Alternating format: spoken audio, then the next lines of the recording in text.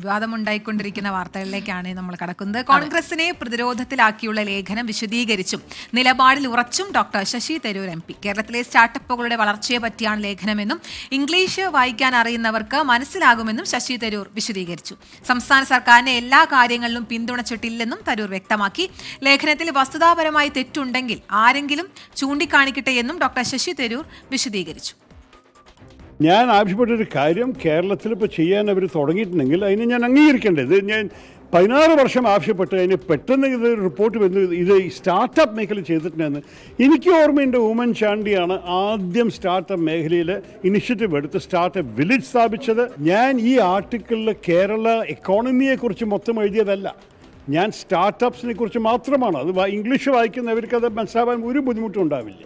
ഞാൻ ഒരു ആർട്ടിക്കിളിൽ ഒരു വിഷയത്തിനെക്കുറിച്ച് പറഞ്ഞു, അതിലും ഫാക്ട്സും ഫിഗേഴ്സിൻ്റെയും അടിസ്ഥാനത്തിലാണ് ഞാൻ പറഞ്ഞിരിക്കുന്നത്. അത് അഥവാ ആൾക്കാർക്ക് ഇഷ്ടമില്ലെങ്കിൽ അവർ വേറെ ഫാക്ട്സ് ഇറക്കിയാൽ ഞാനത് കേൾക്കാൻ തയ്യാറാണ്. ഞാൻ എപ്പോഴും ഇങ്ങനെയുള്ള വിഷയങ്ങളിൽ അടിസ്ഥാനമില്ലാതെ ഞാൻ എഴുതില്ല, സംസാരിക്കില്ല. സലീം മാലിക് ചേരുന്നുണ്ട് കൂടുതൽ വിശദാംശങ്ങളുമായി തിരുവനന്തപുരത്ത് നിന്ന്. സലീം, പറഞ്ഞതിൽ മാറ്റമില്ലാതെ നിലപാടിൽ ഉറച്ചു നിൽക്കുകയാണ് ഡോക്ടർ ശശി തരൂർ. കാരണം ഫാക്ട്സ് ആണ് താൻ പറഞ്ഞത്, അതിൽ എന്തെങ്കിലും തെറ്റുണ്ടെങ്കിൽ പരിശോധിക്കാം, വിലയിരുത്താം, അല്ലെങ്കിൽ അങ്ങനെയും ശശി തരൂർ പറയുന്നുണ്ട്. എന്നാലും കോൺഗ്രസിന് വലിയ തലവേദനയാകുന്നുണ്ടല്ലോ ഈ വിഷയം. എങ്ങനെ പ്രതിരോധിക്കാനാണ് ഇനി കോൺഗ്രസ് ഇത് തയ്യാറാവുക ഈ വിഷയത്തിൽ?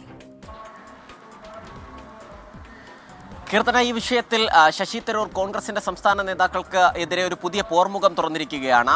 ഇന്നലെ ആ നിലപാടിൽ ഉറച്ചു നിന്ന ശശി തരൂർ ഇന്നലെ രാത്രിയും ഇന്ന് പുലർച്ചെയുമായി 2 ഫേസ്ബുക്ക് പോസ്റ്റുകൾ ഇട്ടിരുന്നു. അതിൽ നിലപാടൊരൽപ്പം മയപ്പെടുത്തുകയും അതിനുശേഷം പറഞ്ഞതിൽ ഉറച്ചു നിൽക്കുകയും ചെയ്യുന്ന ശൈലിയായിരുന്നു സ്വീകരിച്ചിരുന്നത്. പക്ഷേ അതിനുശേഷം മാധ്യമങ്ങളെ കണ്ടപ്പോൾ ഒരു മയപ്പെടുത്തലുമില്ല എന്ന സൂചന നൽകുകയാണ്. രൂക്ഷമായ ഭാഷയിൽ സംസ്ഥാനത്തെ കോൺഗ്രസ് നേതാക്കൾക്കെതിരെ സംസാരിക്കുകയാണ് അദ്ദേഹം. താൻ പറഞ്ഞത് കണക്കുകളുടെയും വസ്തുതകളുടെയും അടിസ്ഥാനത്തിലാണ് എന്ന് മാത്രമല്ല അദ്ദേഹം പറയുന്നത്, അതിനപ്പുറത്തേക്ക് കോൺഗ്രസ് നേതാക്കളെ പരിഹസിക്കുക കൂടി ചെയ്യുന്നു. ഇംഗ്ലീഷ് വായിച്ചാൽ മനസ്സിലാകുന്ന എല്ലാവർക്കും അറിയാം താൻ എന്താണ് എഴുതിയത് എന്നുള്ളത്. താൻ ഏത് സർക്കാർ ചെയ്താലും അതിനെ എല്ലാത്തിനെയും മുഖമടച്ച് വിമർശിക്കുകയല്ല വേണ്ടത് എന്നുകൂടി പറയുന്നു. മാത്രമല്ല മറ്റെല്ലാ മേഖലകളിലും ഇടത് സർക്കാരിനെ താൻ പ്രശംസിച്ചിട്ടില്ല.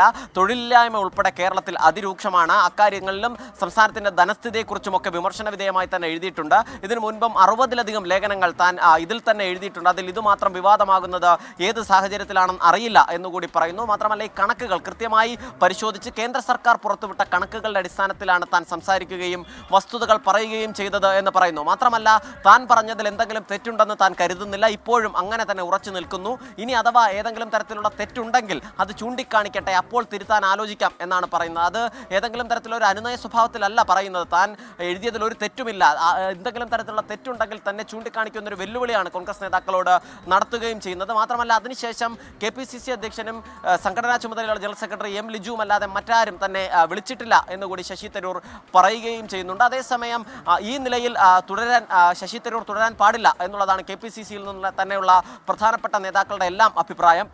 ഒരൽപ്പം കടന്നുകൊണ്ട് UDF convener MM Hassan CWC സ്ഥാനം രാജിവെച്ചതിന് ശേഷം വ്യക്തിപരമായ അഭിപ്രായം പറയാം എന്നായിരുന്നു പറഞ്ഞത്. അതിനും ശശി തരൂർ മറുപടി നൽകി.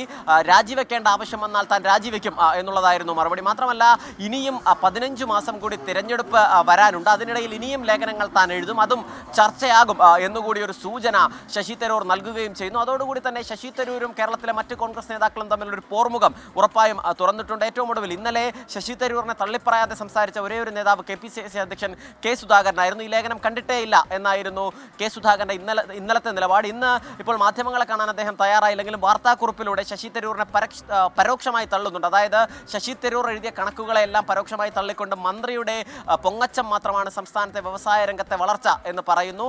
ആദ്യമായല്ല ഈ വിഷയങ്ങളിലൊക്കെ കേരളം ഒന്നാമതാവുകയും ചെയ്യുന്നത്. 2016 കണക്കുകൾ പ്രകാരം ഉമ്മൻചാണ്ടി സർക്കാരിൻ്റെ കാലത്തും ഈ വ്യവസായ മേഖലയിൽ കേരളം ഒന്നാമതായിരുന്നു എന്ന് ചൂണ്ടിക്കാണിക്കുകയും ചെയ്യുന്നു. അതല്ല തട്ടുകടകളും പൂട്ടിപ്പോയ കടകളും ഉൾപ്പെടെ ലിസ്റ്റ് ചേർത്താണ് ഏറ്റവും അധികം സംരംഭങ്ങൾ കേരളത്തിലുണ്ട് എന്ന് മന്ത്രി പറയുന്നു. അതുകൊണ്ട് തന്നെ ആ 2.90 ലക്ഷം സംരംഭങ്ങൾ എവിടെ എന്ന് മന്ത്രി തന്നെ കാണിക്കണം, അതിന് വെല്ലുവിളിക്കുന്നു എന്നുകൂടി KPCC അധ്യക്ഷൻ പറയുന്നു. അത് മന്ത്രിയോടാണ് വെല്ലുവിളിയെങ്കിലും ആ വെല്ലുവിളി ശശി തരൂരിലേക്കാണ് ചെന്ന് നീളുന്നത് എന്നതുകൊണ്ട് തന്നെ സംസ്ഥാനത്തെ മുഴുവൻ കോൺഗ്രസ് നേതാക്കളും വേഴ്സസ് ശശി തരൂരും എന്ന നിലയിലേക്ക് കാര്യങ്ങൾ മാറുകയാണ്. കീർത്തന. ശരി. സലീം മാലിക്കാണ് ഈ വാർത്തയുടെ വിശദാംശങ്ങളുമായി നമുക്കൊപ്പം ചേർന്നത്. ഇന്നലെയും നമ്മൾ കണ്ടതാണ് ഈ ലേഖനം വന്നതിന് ശേഷമുണ്ടായ പുകിലുകളൊക്കെ തന്നെ. പക്ഷെ തൻ്റെ നിലപാടിൽ ഉറച്ചു നിൽക്കുകയാണ് ഡോക്ടർ ശശി തരൂർ. ഇതിലിപ്പോൾ ശരിക്കും പറഞ്ഞാലേ നമ്മൾ സ്ഥാപനത്തിൻ്റെ ഒരു ഇതെന്നുള്ള രീതിയിൽ നമ്മൾ വ്യക്തിപരമായിട്ട് ചിന്തിക്കുമ്പോഴേ എനിക്ക് തോന്നാറുണ്ട് അത് ശരിയായിട്ടുള്ള കാര്യങ്ങൾ നല്ലതെന്ന് തോന്നിയത് നല്ലതെന്ന് പറഞ്ഞാൽ എന്താ കുഴപ്പമെന്ന്. ഇതിൻ്റെ മറ്റു വശങ്ങൾ ഈ പുകിലുകളൊക്കെ കാണുമ്പോൾ ഇത് ഇത്ര വലിയ പ്രശ്നത്തിലേക്കാണല്ലോ പോകുന്നതെന്ന് ചിന്തിക്കും. നിങ്ങളുടെയൊക്കെ എന്താ അഭിപ്രായം? അദ്ദേഹം ഒരു രാഷ്ട്രീയക്കാരനാണ്, ഒരു പാർട്ടിയോട് ചേർന്ന് നിൽക്കുന്ന ആളാണ്, സ്വാഭാവികം പ്രതിപക്ഷത്തിരിക്കുന്ന പാർട്ടിയാണ്. ആ പാർട്ടി ആ കൂട്ടത്തിലുള്ള ഒരു മുതിർന്ന നേതാവ് ഇത്തരത്തിലുള്ള കാര്യങ്ങൾ പറയുമ്പോൾ വെട്ടിലാക്കുമെന്നുള്ള കാര്യത്തിൽ സംശയമൊന്നുമില്ല. കാരണം നമ്മൾ രാഷ്ട്രീയത്തിൽ കാണുന്നത് സ്വാഭാവികമായും പാർട്ടി ഒറ്റക്കെട്ടായ ഒരു തീരുമാനം പറയുന്നു എന്നുള്ളതാണ്. അല്ലെങ്കിൽ നമ്മൾ തന്നെ വാർത്തകൾ അങ്ങനെ അല്ല എന്ന് പറഞ്ഞിട്ട് കൊടുക്കാറുമുണ്ട്. മാത്രമല്ല ശശി തരൂരിന്റെ കാര്യം എടുത്തു നോക്കുകയാണെങ്കിൽ ശശി തരൂർ കാരണം പലതവണ കോൺഗ്രസ് പാർട്ടി വെട്ടിലായിട്ടുണ്ടെന്ന് നേതാക്കൾക്ക് തന്നെ ബോധ്യമുള്ള കാര്യമാണ്. ഒപ്പം തന്നെ ശശി തരൂര് ഇപ്പോൾ നിലപാട് മയപ്പെടുത്താൻ പോലും തയ്യാറാവുന്നില്ല. വീണ്ടും ആ നിലപാട് ആവർത്തിക്കുമ്പോൾ തിരഞ്ഞെടുപ്പ് അടുത്തിരിക്കുന്ന സമയമാണ്, കോൺഗ്രസ് പാർട്ടിക്ക് വീണ്ടും തലവേദന ഉണ്ടാകും എന്നുള്ള കാര്യത്തിൽ ഞാനിപ്പോഴും എൻ്റെ ഒരു ഇതിൽ തോന്നലില്ല, എൻ്റെ ഒരു ചിന്തയിൽ വിചാരത്തിൽ ഉറച്ചു നിൽക്കുകയാണ്. അത് കണക്കുകൾ നോക്കിയിട്ടാണ് പറഞ്ഞത്. അപ്പോൾ ആ കണക്ക് നോക്കിയിട്ട് ഒരാൾ നല്ലതെന്ന് പറഞ്ഞാൽ കേരളം നമ്മുടെ എല്ലാവരുടെയും അല്ലേ? അത് ശരിയാണ്. പ്രത്യേകം പറയുന്നുണ്ട് അതൊരു ഫാക്ട് വെച്ചിട്ടുള്ള ഒരു ലേഖനമായിരുന്നു. അത് ഇത്ര കാലത്തിനുള്ളിൽ 1ാം സ്ഥാനത്തേക്ക് എത്തിയിരിക്കുന്നു. അപ്പോൾ ആ റിപ്പോർട്ട് നോക്കിയിട്ട് ഞാനൊരു കാര്യം പറഞ്ഞതിൽ എന്താണ് തെറ്റെന്ന് ഡോക്ടർ ശശി തരൂർ ചോദിക്കുന്നു. അത് ഇത്ര രാഷ്ട്രീയ പരിശോധിക്കാനും എനിക്ക് തോന്നിയ ഒരു കാര്യം, ഇതിനെ എതിർക്കുമ്പോഴാണ് അത് വലിയൊരു വിമർശനം വന്ന് അതൊരു വലിയ പുയലായി തലവേദനയായി മാറുന്നത്. സ്വന്തം അഭിപ്രായം പറഞ്ഞതാണ്. നിങ്ങൾ പ്രേക്ഷകർക്ക് എന്താണ് അതിൽ തോന്നുന്നത്? നിങ്ങളുടെ കമന്റ്സ് അവിടെ ഉണ്ട് കേട്ടോ, നമുക്ക് നോക്കാം.